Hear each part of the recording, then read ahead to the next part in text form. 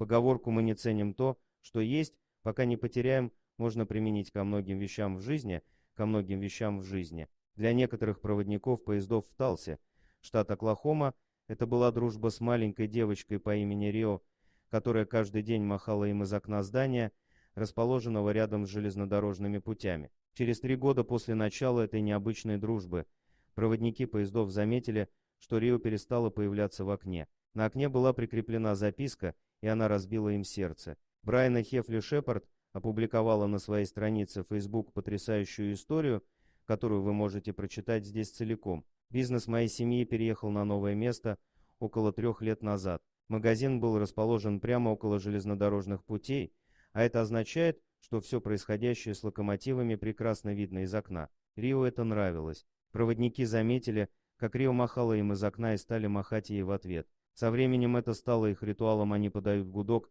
она подбегает к окну, они открывают окна, машут друг другу и улыбаются. У меня каждый раз накатывались слезы на глаза, когда я это видела. Затем, несколько недель назад, Рио пошла в школу. То, что она начала ходить в школу, далось мне труднее, чем я ожидала. Но еще труднее мне было в тот первый день, когда пришел поезд, а ее не было дома. Они дали гудок, открыли свои окна, но я была единственной, кто мог им ответить. Я стояла в окне, плакала и слабо помахала им рукой. На следующий день я написала записку. Я просто написала, она пошла в школу. Я услышала гудок, подбежала к окну и подняла записку. Это было 3 недели назад. О, как я плакала. Сегодня утром, через несколько минут после открытия магазина, кто-то постучал в дверь. Это был мужчина в ярко-желтой рубашке с висящими на шее берушами. Я подумала, что это был прораб строительной бригады, приехавший поговорить о ремонте, который мы хотели сделать в магазине.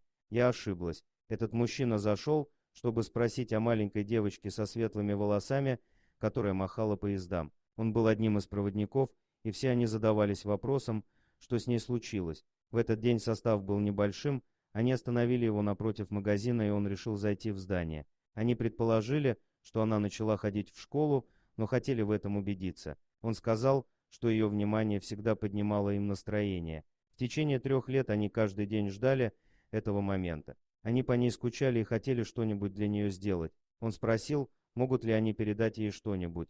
Я сказала, конечно, они могут подарить ей подарок на день рождения, который будет через несколько недель. Эта необычная дружба, длящаяся несколько лет, была чем-то необыкновенным. Понимание того, что это повлияло на них так же сильно, как и на нас, наполняет меня любовью и надеждой. Сегодняшний визит и их доброта к Рио подтвердили мою веру в доброту и человечность. Я никогда не забуду этот день. Эта история – прекрасный пример настоящей дружбы, показывающий, что даже незначительные вещи могут иметь огромное значение. Поделитесь ею со своими друзьями и близкими.